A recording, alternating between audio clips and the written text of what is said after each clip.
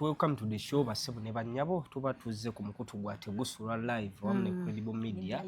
Yes, okulabika Credible Media UG okwongeranga ko tokerabira abantu bagende nanyiko goba dokerabira okajjukidde bulungi abantu bagende ba subscribing balikinge tulabike nti tubaweereza so tuzo okulabika ntutunulya ku mawulire agatambula mu ggwanga Uganda bintu binnya biri mu kutambula kisaawe kya entertainment olwayo tukeredde mawulire gannaku aga mama wawaluka gashafika basinga gwe bamanyi nga Fifa Maker ono obi wange nasomako naye yes then tugenda tunyako ku mawulire agatambula ku Bebe Cool yavuddeyo n'akola live n'ayogera ebigambo bingi nnyo n'alumba abantu bangi nnyo awo tugenda kulabika nti tutunulawo then tutunuleko ne ku Alien Skin mu show emu gye yabaddemu biseera bino ebya festival season yavuddeyo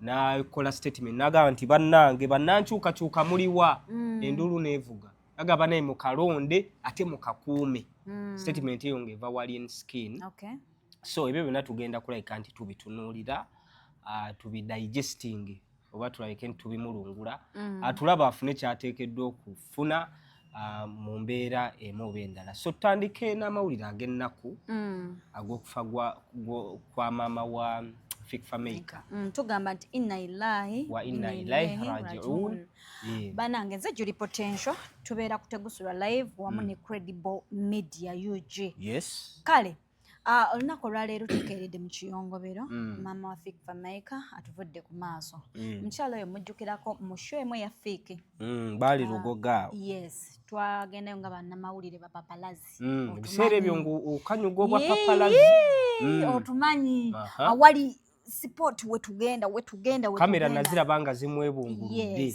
ne tubuuza Fifa Maker yavaayo nannyonnyola teyakula na taata biki ekyekyaliwo omukyala n'atuteerako emboozi n'atugamba mbabuulireko ebyo ebyatata Fiki mulina bibuuza nze era nze muntu mutuufu okubaddamu kuba Fiki alina watabwabuulira temubibuuza mwana n'agamba abasajja bazibu nnyo abasajja tebasangika naye nze abaana abange nabeekulizanga nze so mama Fika badde era yagamba nze banaye mbasajja bonna bembadde nabo mutabani wange Fifa Maker yabadde alabirira maama naye ate ne maama yalabirira Fiki mu buto yes kuba Fiki oyo njijukira ebiseera ebyo nga babeera mu kawempe batambula obuzigo obw'enjawulo bwe bavaako ku ttaano bwe baddako ku lukadde bwe bagendako mu nkere bwe bagendako mu kiswera batambula okay kati maama wa Fiki na succeedinga ekisookera ddala omwana yamukuza n'empisa Fiki oyo tamala galeekaana bwoba mba mwetegereza ba artist abaleekaana nti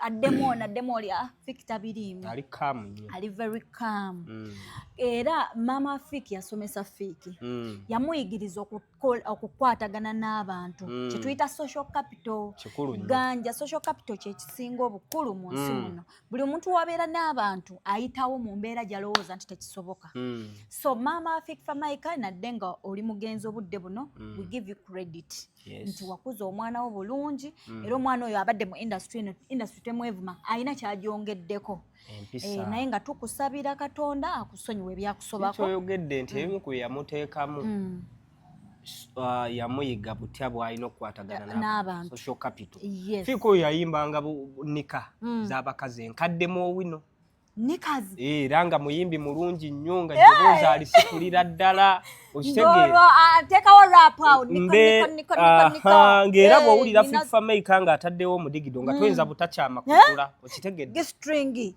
mazazi nga byonna bikola so Fifa Maker olw'okuba nti yali musajja mukakamu Fiki tateekangako ssente mu music okuviira ddala we yatandikira paka ng'afuuse star Fifa Maker olw'empisa ze ennungi yavanga mu wino wansi eri mu downtown n'ayambukanga mu Makindye mu bayimbi ng'era Fifa Maker y'omu ku baana abajjayo engatta ennungi empale ennungi yatandikanga designer ow'abayimbi naddala Josted oyo yabeera nnyo naye n'amutwalira engatto n'abayimbi bangi nnyo n'afuna connections olw'okuba nti yali mwana wa mpisa ate ng'ekitone akiyina Kama Ivan gye yamulabira okitegeera manager kama mu kumulaba n'alaba omwana omulenzi omuto ow'empisa ate ng'ali talented n'amuyingiza studio kwe yakubira akakayimba ka Pisto. Yes, yakuba akayimba ka Pisto yali breakthrough, ne baddamu ne bakuba mbega wa bbaala, ekintu ne kitambula malidaadi saana. Okitegeera. So maama omulimu gwagukoze and I'm sure afudde mu ssimu eri mutabani. Kuba amulabiridde mama Fiki abadde alina ekirwadde kimuluma, kimubala embiriizi, abamu bagamba kansa, abalala bagamba ebyo tujja bitegeera mu kuziika. Kuba waliwo obulwadde bwe bakweka, waliwo n'obulwadde bwe basanguza. So tujja bitegeera bulungi nnyo mu kuziika. Afudde musanyufu. Fik family koyo wakati mu kuba nti baakulira mu mizigo. Badde eno badde eri, waliwo ennyumba ze baaliko eza maama Naali, nga maama Naali mukambwe muzibu nga tabaweeza. Fik family kaakulidde mu nnaku eyo mu bugubi. Yensonga lwaki bwe yafuna ssente yagamba maama ateeka omujja mizigo, n'amuzimbira ennyumba eri Kawanda. Yatrendinga nnyo ndowooza ku TikTok. Twagiraba. Era abantu nga njijukira nga mumubuuza mwe bapapalazi mu kivulu ekyo. Ne Fik family koono afunye ati gye wali ate oyagala kwegaanayo. Nakulaba n'olukamera we ne mu kavidiyo ke nnina mwoli. Kaakati nawulira mumubuuza nti maama mutabani woono tumulaba nga atalina kyafunye mu music, kyokka ng'ate bannayuganda bamwagadde, bamulaze omukwano. N'abagamba temukyogere ekyo, omwana wange ebintu bingi nnyo byafunye mu music. Mumanyi ennyumba gyanzimbira nga tebamanyi kuba baabuuza statement eyo olw'okuba balaba nga Fik family talina kyalaga mu kamera, naddala mu bintu ebiri personal. Teyasooka kwezimbira, n'azimbira maama. Ate era maama mu statement ze yakola yagamba mukimanyi nti yasooka nazimbira kitaawe. Bambi ate nga tata we mu statements za Fik n'eza maama balaga taata teyabeererawo nnyo. Teyakula nnyo naye yabeeranga nabo kuba taata we akolera mu katale Kawempe. Jaswa kuba nti baali baageramu wano. Naye era nga Fik akimanyi nti mwana wa Kasimba era nga ne taata we akimanyi. Okitegeera enfuna yali ntono. Naye era alina bwe yamunyigangayo. Era taata ate ye embeera erabika yali mbi nnyo, kyova Fik gwe yasookera okuzimbira. Bwe yamala n'azimbira ne maama nga tanneezimbira. Okitegeera. Tegeeza abantu be bano maama agenza okugenda nga musiimu gy'ali nnyo ng'omuntu. Tusaba omwoyo gw'omugenzi Omukama amulamuze ekisa, amusonyiwe ebyamusobako ng'omutonde. Afiiridde awo mu ddwaliro ekibuli. Ndowooza olaba nti Fik family afaayo, mwana mulungi nnyo. So ndowooza amawega family bwe gatyo bwe gali. Tusaba Mukama Katonda amusonyiwe ebyamusobako. Ate ne Fik amugumye. Abayimbi tebaziika. Naye mugende wa Fik bannange. Mwandigenze ne muzika. Ate abayereddewo abantu mu nnaku ne mu ssanyu. Fik abaddengawo nga awali ennaku amaziga omulaba waali. Awali ennaku era omulaba ng'azima. Balanga abayimbi temutuswaza this time around. Mugende muziikireko munnammwe. Okitegeera. Ffe bannamawulire tugenda beerawo okulaba. Era tujja kudda wano. Tubabotole. Bulungi nnyo. Tubagambe bantu mmwe muli ate tuba sportinze. Ebitangaazo twabitaddeyo dda. Okategedde. Tuba sportinze nti gwe toziika. Jowiranda this time around gendo oziika. Abayimbi bemmanyi abaziika. Jowiranda atera okuziika. Naye nze abayimbi era naye yakyogera luli ku lumbe lwa muganda we. Ne bamubuuza lwaki bayimbi bano tebazze n'agamba nti nze ng'omuntu siziika. Si baziisi. Abayimbi bemmanyi abaziika e Uganda bali aba. Babiri. Spice Diana. Ne Dr. Jose Chameleon. Abo baziika era babeereddewo abantu. Jjukira kyosiga kyokungula. Embeera eno ey'akazikizigi buli wootunula ebbali n'olaba nga abantu balinga gwe basuuliridde bw'obadde oyita mikwano gyo nga tebazze. Nejjuli buli w'obeera mu mbeera eyo nga Katonda agezesezza okufiirwa omwagalwawo. N'otunula omwana ebbali ng'eri olengerayo John Black. N'otulengerayo Shiba. Wali n'olabawo Lydia Jasmine. Mwe balidiya. Mwe mulina okubeera emitwe etu. Anyway ffe katubalinde essaawa zino tetwagala bajajinga naye abayimbi mubadde temuziika kyekituufu. Kati katulinde ku Fik. Mugenda kukola ki? Mugenda kuziika. Ate sina abayimbi bokka. Ba promoters mugende muziike. Tukowoola bano banne abakola babeera mu studio abakola ennyimba. bani ba producers mugende muziika abantu babalabeko bamanye nti producer gundi afaanana bwati abaddeyo ati n'oyo akoze nnyo ne gundi akoze nnyo ne Fikfa Maker waliwo abantu bebe tumanyi nga mugende muziike okitegeera kume munnammwe then later tujja kuba nga tubiraba ate tulabe ekigende Fiki tusaba Katonda akugumye kubanga obulamu bulina okutambula bulina okweyongerayo otya oba otya saba Katonda just akugumye tukyali babbebi kubanze simanyi experience yakufiirwa muzadde era omuntu eyali ayiseeko awo yamanyi obulumi mwayita naddala maama wange yafa ndi mu P4 I was 9 years. 9 years. Mama wange yafa nga ndi mu P4 naye twatuula ku mmotoka omutwala nga sibitegeera like nga mbitegeera nga ntegeera naye nga sibiriiko ng'ekigenda mu maaso tokitegeera nga nkitegeera naye nga nze gwe bagamba omanyi mama wange yafiira mu ddiini nze gwe bagamba muleete tuyimbe tugende nze nkulembera ennyimba nze nkulembera ennyimba naye we nakakasiza nti agenze wano ng'enkoko teegira ekitiiyo kinyooka bannange okufiirwa maama nze Haji muzeeyi wange omusajja anzaala yagamba mulaba nti ffenna tuli bakadde bammwe n'agamba naye obulumi bw'onoofuna nga maama wammwe afudde tuyinza bufumiitirizaako nagamba munyweranga yagamba ye yafiirwa maama we yamala omwezi nga gumu n'ekitundu ng'ensi alinga atagitegeera ng'awunza ate yamufiira mu ngalo so omukwano gwa maama n'omwana era Fiki kyayitamu kati kiri so sensitive gwe ate gwayitirira yadde nga nze yafa ndi muto naye nkimanyi okuvibwako omuzadde kintu si kirungi si kiyangu okiyitamu naye fenna anyways omwoyo gw'omugenzi maama waffe Omukama agulamuze ekisa bwe tuvaako awo tugendeko kewa Bebe Cool yakoze live n'ayogera ebigambo bingi yalumbye abantu bangi okuviira ddala ku mukulembeze Robert Kyagulanyi Ssentamu n'alumba embuga ewa Omulangira jjajjaffe Kasimu Nakibinge yayogedde ebintu bingi nnyo abantu bavuddeyo nga bakaawo okukira omususa comment section bwe bamusuubiza atama tannalya balina kye bamusuubiza bwe bamusuubiza atama akola nnyo adduka n'ayita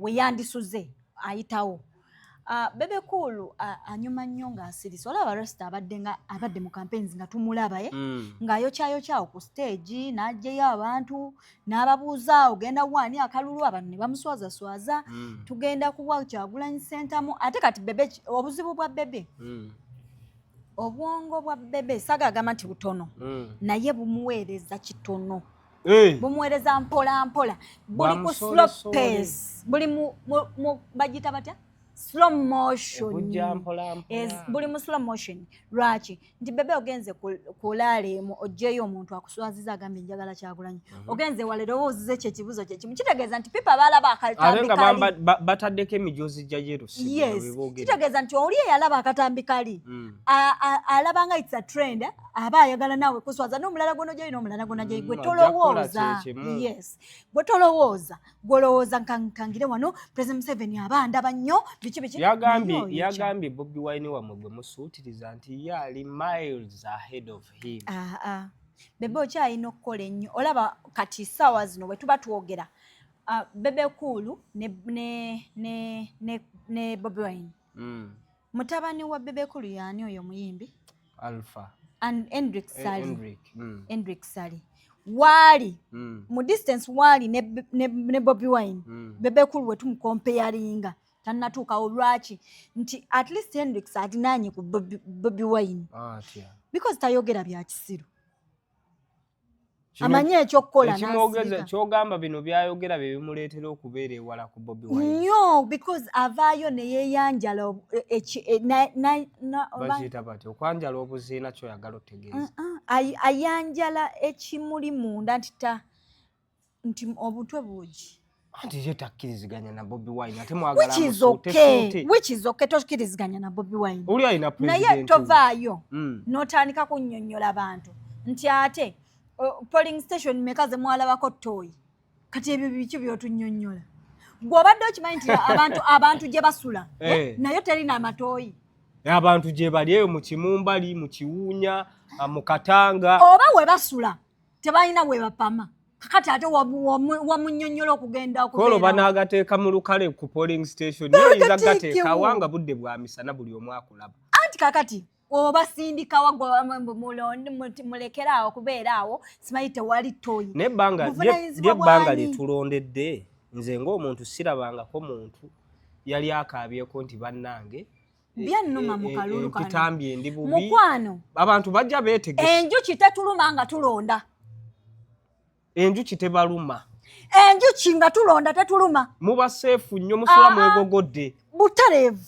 Kati bino bebekulu byawoza nawuya ne Nalweyisa ayogera nti banaye tewali ttooyi. Abantu bagenda kujja bamaze okwecleansinga. Abo Nalweyisa baleke General Nalweyisa muusaamu ekitiibwa nti yazirwanako. Naye just yayina mentality eri nti kati bano we banaakali omanyi mu Bugundi mu slogans Bobi Wine ze yaleeta kanoonye tetiisa kanoonye kalonde tetiisa kakuume kabanje. Lwaki abantu batya nnyo kakuume ne kabanje? Lwaki bazitya nnyo? Bazitya because bamanyi nti kati akalulu k'abantu kubanga kati bazzenga bakatwalaganya wali mu mankwetu nti abantu we banaaka engejingamu. Yes. Kiyinza obbawo obuzibu okubaako bye bakola. Mass bw'oba majority etiisa nnyo minority. Kati being nti bo bamanyi bali ku side ya minority. Kakati batya bamanyi nti kakati bulijjo abantu bano tubasiruwaza twabasiba akatambaala. Ku mulundi guno kirwasita kyababuusizza. Obaga nti banaye mu kakuume. Bobi Wine kino kyababuusizza. Kwa bulijjo abantu balonda bwe bamala okulonda ne balinda ssaawa 2 ez'ekiro nga batandise okukabala. Batula ku mativi. Kampala anti kababwe kati. Gundi ekoboko Bobi Wine atwala saawa awo 2 saawa 3 eyumbe Maracha Masaka ate ekinsasa basooka soma zaba opposition naye bwe bukeerera we bati tugenda okeera ng'ebintu byatabusa nga tewaliwo we balangiddeko nti ate wano Museveni atutewane naye bakeera bukezi ku makya ne bugamba President Museveni ali 58.9 Bobi Wine ali 51 nekigwa shegera kati sema around nyo bawa 32 wapozi kuvira ddala Besigye era Bobi Wine kuno yanaanulamu oba yakuba kati nze kyendabye bebekulu ono bebamu kubayekera Museveni batya kubanga kakati bebekulu bw'oba toyagala babanje bakuume kalulu ka president wo ate president wo waba milioni 2 n'ekitundu ez'obululu ate nga mmwe mwabeeranga ku polling station yawo kitegeeza beesulirayo agannagamba kalulu ka president waabwe bakabbi kakati bebekulu tukulaba amankwetu mwagala kujjako president waffe omwagalwa Yoweri ensonga Yoweri tibuhawulwa nga tutunula tuti tulinga abasiru kitegeeza ku mulundi guno abeNRM n'opposition nga tebeeyawudde kuba Bobi Wine agamba bamubba akalulu Museveni agamba bamubba akalulu abeefudisi wadde balina bwatooti bwe buti naye nabo batolotooma ndowooza ku luno tubeere wamu tukakuume oweNRM nsaba kunnyamba nkolera ekintu eki kuuma akaluluko genda ne mwasajjuteye oba malaya asiika ogiteeke wali ote 20 meters awe toteekawo nnyo mu 20 meters obirengerere wali bwoti don't stammer ate bano abagira abakabala twagala babere audible era abaana babawe emmere akutta obwa Kyagulanyi akutta obwa President Museveni akutta obwa Nandala babeere nga balabika noona abubala abeere nga awanika ate nga n'eddoboozi ly'amaanyi tuleme kufunawo nange tuleme kwekwasa anti bulijjo mutugamba temutubba okimanyi nti bino ebyakakuume byatandikira Kawempe by election ya Nalukoola anti nze naliyo era nze omu ku balonzi abaalonda baayiwa emmamba helikopita ne ziyita mu bbanga ne bateekawo embeera yonna naye ng'abantu babagambye mukakuume kati akalulu ako batetenkanya nnyo tulaba bakukuta twalaba wamma omusajja yali abalanga abuyiwe eno pulesa y'amaanyi naye tewalaba olw'okuba nti baakakuuma n'okukalondola bamaliza balangiridde Nalukoola okategedde oba kino kyekitiisa okitegedde kaakati ffe temutufaako baddiya tugenda kujja twekubye enema abantu buli omu abeere ng'olubuto lukalu bwe tunaaba tetusobodde tugenda kugula obusabbuuni tubusongole omuntu afulume twefumite omuntu agende wali ng'olubuto lukalu tugenda kujja tusiibye nawo kusiiba tetugenda kulya tetugenda basumbuwa n'ab'emmere abanaalya balya emiwogo egisiba olubuto mulye nga bwe bawa kufuluma ngano banywe n'otuzi tutonotono abaana abato be munaleeta mubawe sereraaka oba temuyifunye sereraaka abaana mubawe akawunga buno n'obubaka bugenda eri abawagizi ba NOP n'ab'NRM bambi tubasaba independent bonna mwenna bambi mukuuma buli wumu waali akuma kwa tetwagala KNRM ffe tukatwale KNRM kalina bba KNRM era tetwagala kubajiwagira akaffe namwe mukakole ki mukatwale so temutufaako temumira nnyo panado omutwe guluma ffe bebe kulo okulumba omulangira Nakibinge kuba mmwe kennyini bannayuganda ebintu bwe bigenda mu maaso mu ggwanga nga tebitambula bulungi muyimirira yonna gye muyimiridde ne mugamba naye twetaaga eddoboozi okuvaako e Rubaga twetaaga eddoboozi okuvaako e Namirembe twetaaga eddoboozi okuvaako e Kibuli oba e Kampala mu kadde naye ate bannaddiini bantu bannaddiini kati nga boolaba jjajjaffe embuga ono nno agwa mu biti bibiri mu nnono gy'ali mu ddiini gy'ali mugundiivu navaayo n'ayogeranga ku bitatambula bulungi okunyigirizibwa kw'abantu obuli bw'enguzi ekiwamba abantu n'abikonda eminga nga munnaddiini bibekulu bw'avaayo n'amulumba muba mukyayagala amaloboozi g'abannaddiini kakati bebekulu entalo asigala nnyo mu ntalo z'ababalista Timo Katsiyugi TikTok awo abatava bambi tagende nnyo eno kati omulangira Nakibinge mu mwaka omuwulira ayogera emirundi emeka ayogera tatera kwogera kitegeeza bwakeera ku makya n'asitula eddoboozi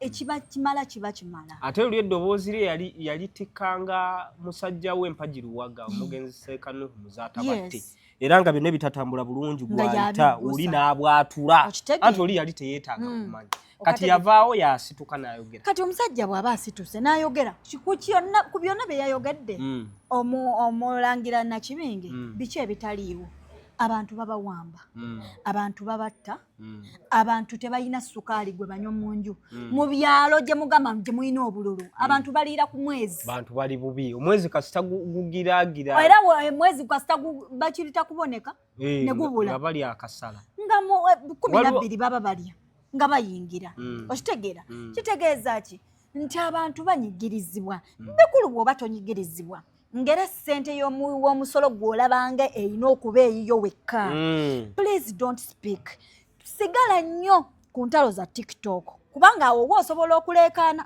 awandireeyo wandira awo balista Timo ajja kuddamu kuba nalulabye omutwalira ku nsonga za airline yazyogeddeko n'omuleetera biki era n'avaayo bulungi n'akwadressinga naye n'akuddiza bulungi nnyo ate kyenalowoozeza nti wakitegedde kubanga ate this time around balista tumulabanga omwasamu naye ate yakubuulidde points ez'omuntu ategeera z'asobola obuulira omuntu omulala okitegeera kakati sigala nnyo mu ntalo z'aba TikToker aleme kuyingirira toyingirira bantu babitibwa omuntu avaayo ali prominent okwogera ku kintu aba akirabye bebekulu gwe obeera bulungi nga n'omwana we akyalina disability I'm sorry to say saagala yingirira rights z'abaana naye saagala tugambe kubanga kati saawa zino bebe alaga ali bulungi yes oli bulungi naye neighbor we ali bulungi bebe abantu bali eyo babonaabona balina ebintu ebibaluma kitegeeza omuntu agenda okusitula eddoboozi oba omuntu n'asalawo okuwagira opposition aba ne byayitamu byalabanga kati ne kano kutuuka bajjukize buli muntu gwolaba opposition kabere Bobi Wine yali awagidde ku NRM kituufu buli muntu gwolaba opposition yali awagidde ku NRM amala kulaba nga ebintu tebitambula bulungi bali bati ne President Museveni era Dr. Besigye be bamukuba ya doctor yalinga jjanja baba President Museveni mu nsiko naye agenda okulaba nga omusajja ono avudde atandise emmotoka ogivugira ku kyettaka okitegeera so abantu bwe bavaayo ne bagamba ennafu zennafu tuba ne tukyuseemu si musango kitegeera kale temutukyusa ne system ekyuke n'azina obulungi amala nanyo kale mwagala muntu wammwe asigalewo naye omuntu wammwe atereeze Dr. Yakibenga omulangira Yakibenga aba yakoze ensobi ekyawo banne nti muzimba amakubo it is okay kati aba nsobi ki gye yakoze Bebe Cool kiki kyovaayo okunnyonnyola era kikyonenya Nakibinge yakoze eki asinza abatta abaana abasibwa nga tebalina musango asinze lwaki ebyo temubyogerako why don't you speak about such things abaana babasiba ne bagamba ono wayiswa Mufumbiro bagamba bamusiba lwakubeera mbusimayi bamusanga n'emmundu misango mingi gye babateekakaawo bakirewo kivumbi wayiswa on a personal level nali musanzeko talina yadde akambe not even a fork. So ebintu bitambula nga bitambula mu ggwanga tufuna amaloboozi g'abantu ab'enjawulo oyabadde Bebe Cool era yalese omuliro mungi nnyo ku social media nti nno Bobi Wine abantu babuulire ekituufu balonde badde ewaka tottisa abaana b'abantu kale aba tamaze okulangirira nti gavumenti yeri mu buyinza etta abantu bw'akola statement ye okitegeera kirabika bulungi Bebe Cool oyagala ani abaakuddamu n'omwana omuto kirabwa n'ayonka baba n'agenda okuuma akalulu n'okalonda biki tottisa kakati bw'oba onenya ttisa aba tali mu kuexposinga bali mu buyinza oli mu kunenya ttisa tonenya batta olinga ŋŋamba mb'oyagala kutundula nvunza kyokka ekibondo okirekamu okitegeera mb'ojjamu obugina ekibondo okireseemu ekibondo ne kisigalamu. What are you saying? Tekikola makulu. So Bebe Cool nga tumuvuddeko Juli. Ebyokumwogerako bingi. Bebe Cool asigale nnyo mu mpaka za kwambala baseball. Tumuvuddeko. Tugendeke wa Alien Skin. Yes. Alien Skin ono yavuddeyo n'akola statement. Nga mu bivulu ebimu nga bwe nabanyonnyodde wali nga tutematema be tugenda okuyitamu katwagala tukigaziye. Okay.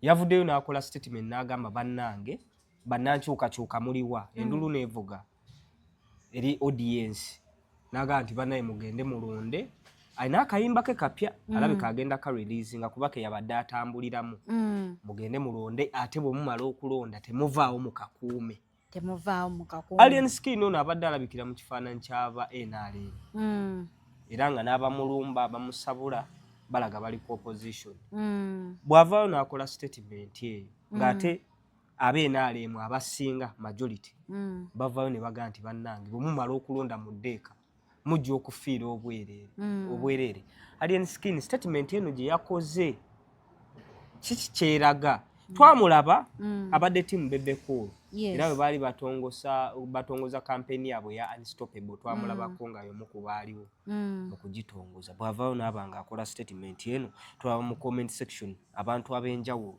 abafangoni bagamba bw'ogambye daddi bwe kiba kyekyo ky'okuba kye tukoba tugenda kakuuma tugenda kalonda kitegeeza ki Alien Skin nze nno ku ntegeera yange nategedde bwe nti Alien ategeera nga bwe ntegeera lwaki nti Alien tukyogedde lunye nti muzeeyi yavaayo n'agamba akalulu ke baakabba Alien bw'avaayo n'agamba tukabanje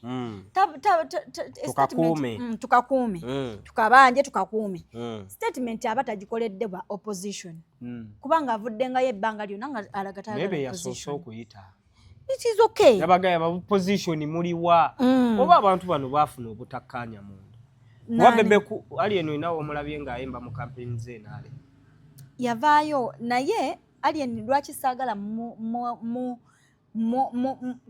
kurejoicinga because yakoze eyo statement kati naawo opposition biki nno Alien yakyukira mu kiti ng'ambazi leero we bamumeena akamwanyi asika ku masannyalaze ngadde eno bwe abaana ba Nupu we bamuyisaamu ng'ate atagala ng'omulaba ddayo asala so kitegeeza ki nti Alien ng'omuntu bw'aba yakoze eyo statement I agree with him. Era eyo yo bukyanga akola byamagezi yakozeeyo ekyo. Okitegeera yamagezi nnyo. Kubanga alien twagale tukkirize tugaane ayina abamufollowinga era ayina bakomandinga abayitirivu abasobola okukola ki okugenda ku sayidi gy'abagambye. You understand?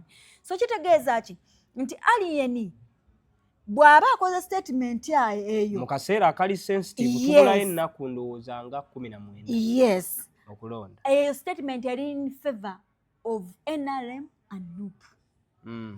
Okitegeera? Because those are the only two abali mu race abasigadde bali ku byabwe. Abasigadde bajja tulabako era bwe binaggwa to God be the glory nga ki Nigeria baba bawedde biba biwedde. Naye kakati wano alien eyo statement yabadde neutral.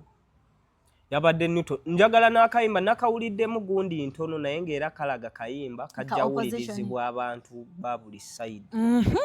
Yabadde neutral. Ate by the way kye tusinga okwagala. Yes. Mu ggwanga lino Uganda ffenna kye tulwanirira kwe kufuna eggwanga nga majority okitegeera endowooza mindset ya majority nga yegenda otwala obukulembeze. Okategedde twagala eggwanga nga bukeera ku makya ba presidential candidate ne bajja ne beetaba mu kalulu ne banoonya akalulu ne balangirira NRM nti ddala kituufu yeewangudde mu butuufu bw'okuwangudde nga ffe ababadde abanuupu babadde aba PFF tukkiriza nti bano kaba tutwalemu.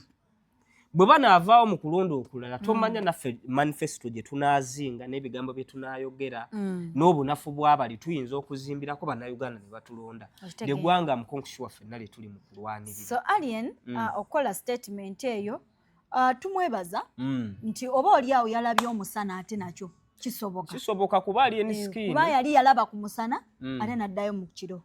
Abadde awo alien skin yavaayo emabegaawo n'aga nti NRM naye ate nga newankubadde NRM naye ng'ate awangaala n'abantu abaawukana n'endowooza ye wemuweera credit nti alien skin atuuse ekiseera nga tumulabe mu kifaananyi kye NRM naye ng'abasajja baabo ku lusegere nga Coach Clement ate be basinga bw'otugenda ku TikTok accounts zaabwe be basinga okuwanika Coach Clement amasanyalaze gayina kati gocha wanga yakwatako Robert Kyagulanyi Ssentamu gye buvuddawo ate era alien muwa credit yawo omuntu omulala akugamba family yange tokyali twawukane tubenga gabasheeshi eri muri DNA eddali naye bwoba wanopu beera mu nopu nange nsigale alien tumwebaza olwa statement eyo gye yakoze eyongerako kikulu.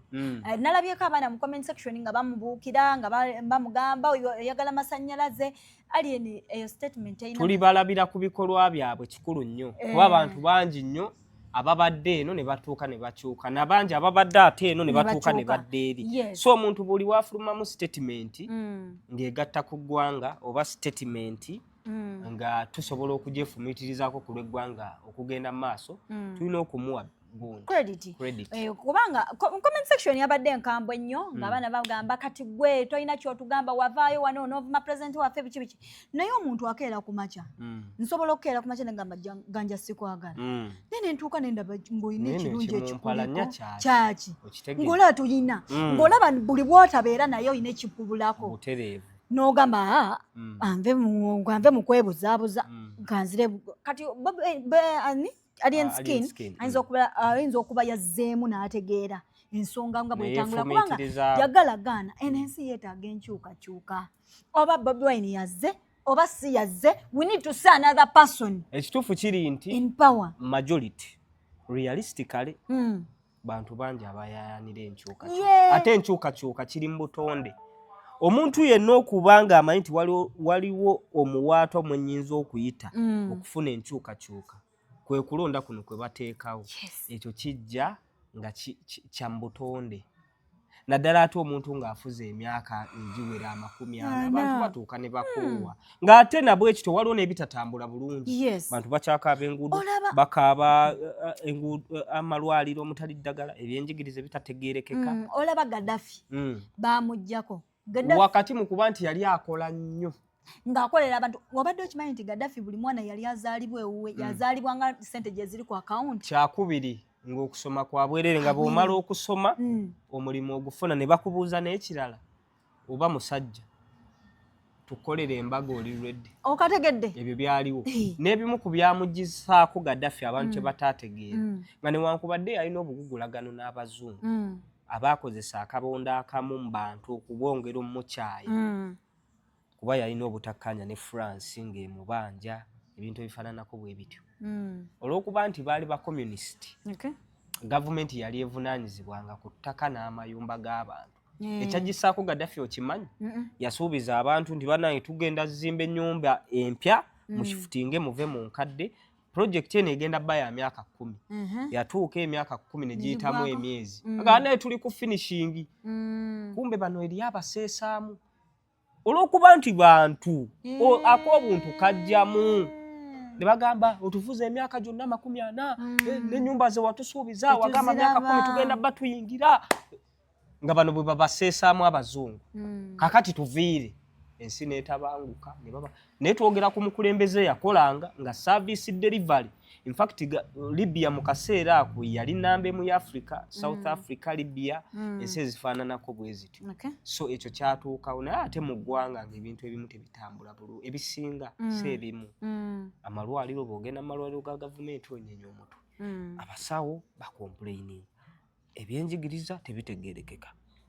enguudo ffenna mwe tuyita ng'osuubidde abo bannansi b'eggwanga eryo nga tebali mu Bwakabaka nga mubateerawo n'akalu ne mugamba nti mwe mugenda okuyita buli omu alonda omukulembeze gw'ayagala mubaleme kunyiiga funa kirowoozo kya nkyukakyuka tetuli mu Bwakabaka ekyo kye kituufu kuba abantu abafugibwa kingdoms bakimanya nti kabaka abaawo bw'anaavaawo nga mutabani we atukwatamu ono bw'aba tatambudde bulungi tusaba anaamuddira mu bigere mutabani we tomanya nti ye anaakyuka kyova Obwakabaka butenda mirembe era ffe abawangaalidde mu mutebi wano nga mu Buganda omulembe omutebi tugufunyemu ebirungi ebitagambika era kati tusubire n'omulembe omukusemakookiro bw'aba yanajja so Julie ndowooza abantu gezezaako batemera nga tetugendagenda waliwo omusajja w'eggana eyo omumanyi bamuyita Birebu bamuyita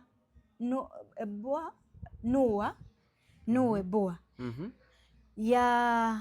yasuubiza abantu mbu nga 25 Ssekukkulu eno ewedde amataba gagenda kuba gajjudde ensi eno nabbi wa Bulimba nnyo n'azimba amaato 8 n'ayogera abantu biki kati olunaku lwali lwa 23 abantu ne bava gye bavudde ne bakwata engugu zaabwe oyo alina enjawulo ne Kibwetere wamuwulirako yayo ky'abantu Kibwetera nti bwe tuba tatange yamunnyumiza tuva mu mulembe guli mu kyasa ky'ekyenda tuyingira ekyasa ky'e2000 Kibwetere yagamba enkomerero eriwo mu kyasa kino eky'2021 era yali musumba bano ab'Obulimba n'abagamba bannange muleete ebintu byammwe mutunde ebintu byammwe muleete ebintu byammwe tugenda sula mu kusaba enkomerero etuuka kye yakola yakuŋŋaanya abantu abali bamukkiririzaamu kati nga bw'olaba Pasita Bujingo oyo nga bw'alina endiga ezimukkiririzaamu n'abasibira mu kyaki bonna nga bakakasiza nti enkomerero nga 31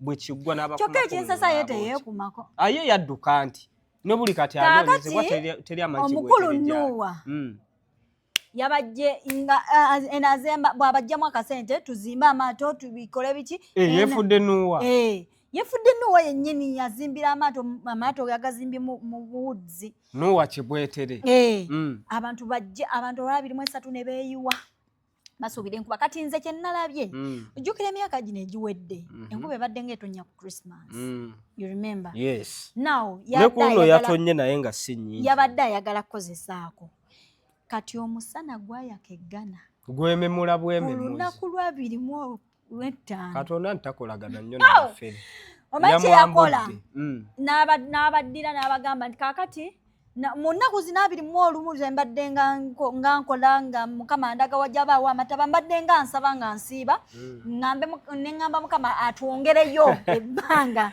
kale era ne wabaawo abazezera abakkiriza bamuwa ssente kyakobiki avuga kanamba kati abafere bwe batyo sente zeyagize naye tusaba abakuuma ddembe abantu abafaananako bwe batyo bannange mubajje mu bantu mubajje mu bantu abantu basibibwa batalina musango abantu bwe batyo bali mu bantu ate abo abafere kasita beekweka mu ddiba ly'eddiini baba tebasoboka jukira amawanga gaba ne freedom of worship ate abantu bajjemu ssente teri abakasi bataddewo initiative ya kusonda tugeze awo ne tugenda mu lugero lw'omuganda olugamba nti ebyomusiru omugezi yalya so banaye bwe tubutambudde naye nze abantu mbajjukiza nti bannange kampani yazze bagiyita Jolam Financial Services. Yes. Omulimu gwayo gwekola kukwatizaako ku baana babuwala myaka 2 paka ku Jolam Financial Services. Yes, gujangu ne passport yo yokka. Input babikuteekamu. Sente. Gwanga lya Saudi Arabia, Jordan, Qatar, Dubai bakutwala. N'osasula ng'otandise okukola. Ofuna omusaala n'olyoka obawa sente. N'olyoka osasula okusinziira munakkiriziganya. Se namba y'essimu 075 26 73640. Kuba oyita okufuna aba Jolam Financial Services bakuyambe. Uganda yatabuka emirimu mizibu nnyo.